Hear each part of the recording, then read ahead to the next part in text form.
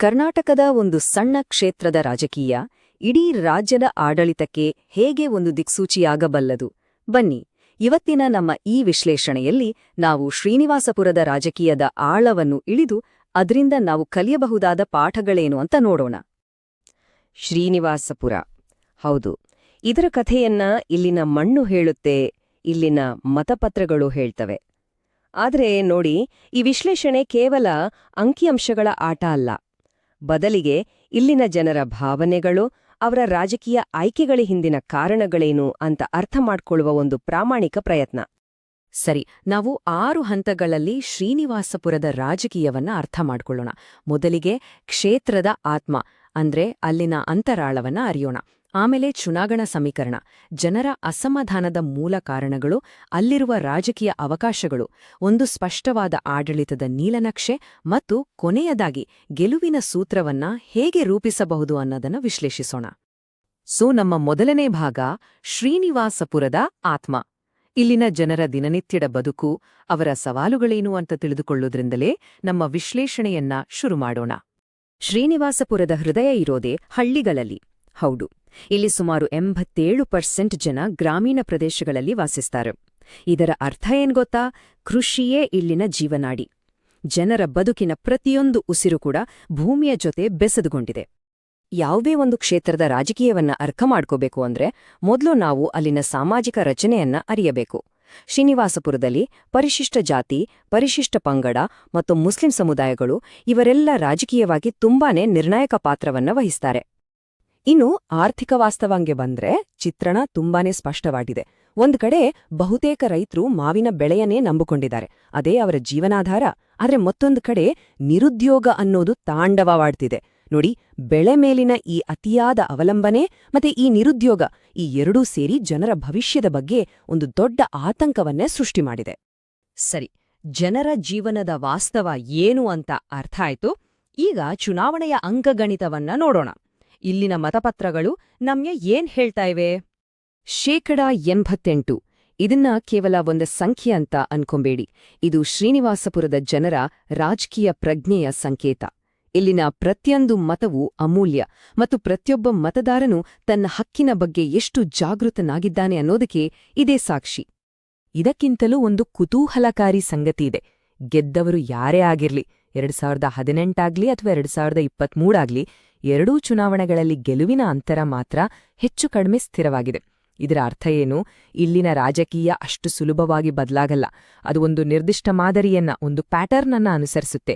ಅದನ್ನ ಅರ್ಥ ಮಾಡ್ಕೊಂಡ್ರೆ ಭವಿಷ್ಯವನ್ನ ಊಹಿಸೋದು ಕಷ್ಟವೇನಲ್ಲ. ಈ ಚುನಾವಣಾ ಫಲಿತಾಂಶಗಳು ಒಂದು ಕನ್ನಡಿಯಲ್ಲಿ ನೋಡಿದ ಪ್ರತಿಬಿಂಬದ ಹಾಗೇ ಇವೆ. 2018ರಲ್ಲಿ ಗೆದ್ದವರು 2023ರಲ್ಲಿ ಸೋತಿದ್ದಾರೆ ಮತ್ತು ಸೋತವರು ಗೆದ್ದಿದ್ದಾರೆ. ಆದ್ರೆ ಮತಗಳ ಹಂಚಿಕೆಯಲ್ಲಿ ಅಂಥ ದೊಡ್ಡ ವ್ಯತ್ಯಾಸವೇನೋ ಇಲ್ಲ. ಇದು ಏನು ತೋರಿಸ್ತಾ ಇದೆ ಅಂದ್ರೆ ರಾಜಕೀಯ ನಿಷ್ಠೆ ಅನ್ನೋದು ಎಷ್ಟು ಸೂಕ್ಷ್ಮವಾದ ಒಂದು ಗೆರೆಯ ಮೇಲೆ ನಿಂತಿದೆ ಅಂತ. ಕೇವಲ 6% ಮತದಾರರ ಮನಸ್ಥಿತಿಯಲ್ಲಿ ಆದ ಬದಲಾವಣೆ ಇಡೀ ಕ್ಷೇತ್ರದ ಭವಿಷ್ಯವನ್ನೇ ನಿರ್ಧರಿಸಿದೆ. ಹಾಗಾದ್ರೆ ಆ 6% ಮತದಾರರು ತಮ್ಮ ಮನಸ್ಸನ್ನ ಯಾಕೆ ಬದಲಾಯಿಸಿದ್ರು? ಇದರ ಹಿಂದಿನ ಅಸಲಿ ಕಾರಣವಾದ್ರೂ ಏನು? ಅದನ್ನೇ ನಾವೀಗ ಹುಡುಕ್ಬೇಕು. ಈ ಮತದಾನದ ಹಕ್ಕು ಅನ್ನೋದು ಪ್ರತಿಯೊಬ್ಬ ಪ್ರಜೆಗೂ ಸಂವಿಧಾನ ನೀಡಿರೋ ಒಂದು ಗೌರವ. ತಮ್ಮ ಅಭಿಪ್ರಾಯವನ್ನ ಜವಾಬ್ದಾರಿಯುತವಾಗಿ ವ್ಯಕ್ತಪಡಿಸೋಕೆ ಇದೊಂದು ಅವಕಾಶ. ಪ್ರತಿಯೊಬ್ಬರ ವೈಯಕ್ತಿಕ ಆಯ್ಕೆ, ಅವರ ಖಾಸಗಿತನವನ್ನ ಗೌರವಿಸೋದು ಪ್ರಜಾಪ್ರಭುತ್ವದ ಅತಿ ದೊಡ್ಡ ಮೌಲ್ಯ. ಸರಿ, ಈಗ ಬರೀ ಸಂಖ್ಯೆಗಳನ್ನ ಬಿಟ್ಟು ಅದರ ಹಿಂದಿರೋ ಕಥೆಯನ್ನ ನೋಡೋಣ. ಶ್ರೀನಿವಾಸಪುರದ ಜನರ ಅಸಮಾಧಾನದ ಹಿಂದಿರೋ ಆ 3 ಪ್ರಮುಖ ಕಾರಣಗಳೇನೋ? ಯೋಜನೆಗಳು ಇವೆ, ಸರಿ, ಆದರೆ ನಮಗೆ ನಿಜವಾದ ಸಹಾಯ ತಲುಪುತ್ತಿಲ್ಲ. ಇದು ಜನರ ಹೃದಯದ ಮಾತು. ನೋಡಿ, ಜನರಿಗೆ ಕೇವಲ ಭರವಸೆಗಳು ಸಾಕಾಗುವುದಿಲ್ಲ. ಅವರಿಗೆ ನಿಜವಾದ ಸಮಯಕ್ಕೆ ಸರಿಯಾದ ಸಹಾಯ ಬೇಕು. ಅದು ಸಿಗದಿದ್ದಾಗ ಅವರು ತಮ್ಮ ಆಯ್ಕೆಯನ್ನೇ ಬದಲಾಯಿಸ್ತಾರೆ. ಇದನ್ನೇ ಕಲ್ಯಾಣ ಯೋಜನೆಗಳ ಬಗ್ಗೆ ನಿರಾಸಕ್ತಿ ಅಂತ ಕರೆಯೋದು. ಎರಡನೆಯದು ಅಭಿವೃದ್ಧಿಯ ಅಂತರ. ಯೋಚನೆ ಮಾಡಿ, ಒಂದು ಹಳ್ಳಿಯಿಂದ ಇನ್ನೊಂದು ಹಳ್ಳಿಗೆ ಹೋಗಲು ಉತ್ತಮ ರಸ್ತೆ ಇಲ್ಲದಿದ್ದಾಗ, ಶುದ್ಧ ಕುಡಿಯುವ ನೀರು ಸಿಗದಿದ್ದಾಗ, ರೈತರಿಗೆ ಸರಿಯಾದ ಮಾರುಕಟ್ಟೆ ಸೌಲಭ್ಯವೇ ಇಲ್ಲದಿದ್ದಾಗ ಸಹಜವಾಗಿಯೇ ಜನರ ತಾಳ್ಮೆ ಕಟ್ಟೆ ಒಡೆಯುತ್ತೆ. ಈ ಸಣ್ಣ ಸಣ್ಣ ಸಮಸ್ಯೆಗಳೇ ಸೇರಿ ಒಂದು ದೊಡ್ಡ ಅಸಮಾಧಾನಕ್ಕೆ ಕಾರಣವಾಗ್ತವೆ. ಮೂರನೇದು ಮತ್ತು ಬಹುಶಃ ಅತೀ ದೊಡ್ಡ ಸಮಸ್ಯೆ ಉದ್ಯೋಗದ ಬಿಕ್ಕಟ್ಟು. ಒಂದ್ ಕಡೆ ಮಾವಿನ ಬೆಲೆ ಕುಸಿದು ರೈತರ ಬದುಕು ಅತಂತ್ರವಾಗಿದೆ, ಇನ್ನೊಂದು ಕಡೆ ಯುವಕರಿಗೆ ಇಲ್ಲೇ ಕೆಲಸವಿಲ್ಲದೆ ಅವರು ಅನಿವಾರ್ಯವಾಗಿ ಬೇರೆ ಊರುಗಳಿಗೆ ವಲಸೆ ಹೋಗ್ತಾ ಇದ್ದಾರೆ. ಇದು ಕೇವಲ ಒಂದು ಆರ್ಥಿಕ ಸಮಸ್ಯೆ ಅಲ್ಲ, ಇದು ಇಡೀ ಕ್ಷೇತ್ರದ ಸಾಮಾಜಿಕ ವ್ಯವಸ್ಥೆಯನ್ನೇ ಅಲುಗಾಡಿಸ್ತಿರೋ ಬಿಕ್ಕಟ್ಟು. ಸರಿ, ಸಮಸ್ಯೆಗಳೇನು ಅಂತ ನಮ್ಗೆ ಈಗ ಸ್ಪಷ್ಟವಾಗಿ ಅರ್ಥವಾಗಿದೆ. ಈಗ ಪರಿಹಾರದ ಬಗ್ಗೆ ಯೋಚಿಸೋಣ. ಆದ್ರೆ ಅದಕ್ಕೂ ಮೊದಲು ಶ್ರೀನಿವಾಸಪುರದಲ್ಲಿ ಗೆಲುವು ಸಾಧಿಸಬೇಕು ಅಂದ್ರೆ ಅಲ್ಲಿರೋ ರಾಜಕೀಯ ಸವಾಲ್ಗಳೇನು ಅಂತ ಒಂದು ನೋಟ ಹರಿಸೋಣ. ಸವಾಲುಗಳು ಕಣ್ಣು ಮುಂದೆಯೇ ಇವೆ. ಹೊಸ ಸ್ಪರ್ಧಿಗೆ ಇಲ್ಲಿ ಗೆದ್ದ ಇತಿಹಾಸ ಇಲ್ಲ, ಪ್ರಬಲ ಸಮುದಾಯಗಳಲ್ಲಿ ಆಳವಾದ ಬೇರುಗಳಿಲ್ಲ, ಮತ್ತು ಈಗಾಗಲೇ ನೆಲೆಯೂರಿರೋ ನಾಯಕರ ವೈಯಕ್ತಿಕ ವರ್ಚಸ್ಸನ್ನ ಎದುರಿಸಬೇಕು. ಎಲ್ಲಕ್ಕಿಂತ ಮುಖ್ಯವಾಗಿ ಇಲ್ಲಿನ ರಾಜಕೀಯ ಕೇವಲ ಜಾತಿ ಮತ್ತು ವರ್ಚಸ್ಸಿನ ಮೇಲೆ ನಿಂತಿಲ್ಲ. ರೈತರ ಸಮಸ್ಯೆಗಳನ್ನ ನಿರ್ಲಕ್ಷಿಸಿದ್ರೆ ಯಾವುದೇ ನಾಯಕನಿಗೂ ಗೆಲುವು ಸುಲಭವಲ್ಲ. ಇಷ್ಟೆಲ್ಲ ಸವಾಲುಗಳಿರುವಾಗ ಇಲ್ಲಿ ಗೆಲ್ಲುವುದು ಅಸಾಧ್ಯವೇ? ಅಥವಾ ಈ ಸವಾಲುಗಳಲ್ಲೇ ಅವಕಾಶಗಳು ಅಡಗಿವೆಯಾ? ಖಂಡಿತ ಅವಕಾಶ ಇದೆ. ಆ ಗೆಲುವಿನ ದಾರಿ ಜಾತಿ ರಾಜಕೀಯದಲ್ಲೋ ಅಥವಾ ಹಣದ ರಾಜಕೀಯದಲ್ಲೋ ಇಲ್ಲ. ಬದಲಿಗೆ ಅದು ಜನರ ನಿಜವಾದ ಸಮಸ್ಯೆಗಳಿಗೆ ಸ್ಪಂದಿಸುವುದರಲ್ಲಿದೆ.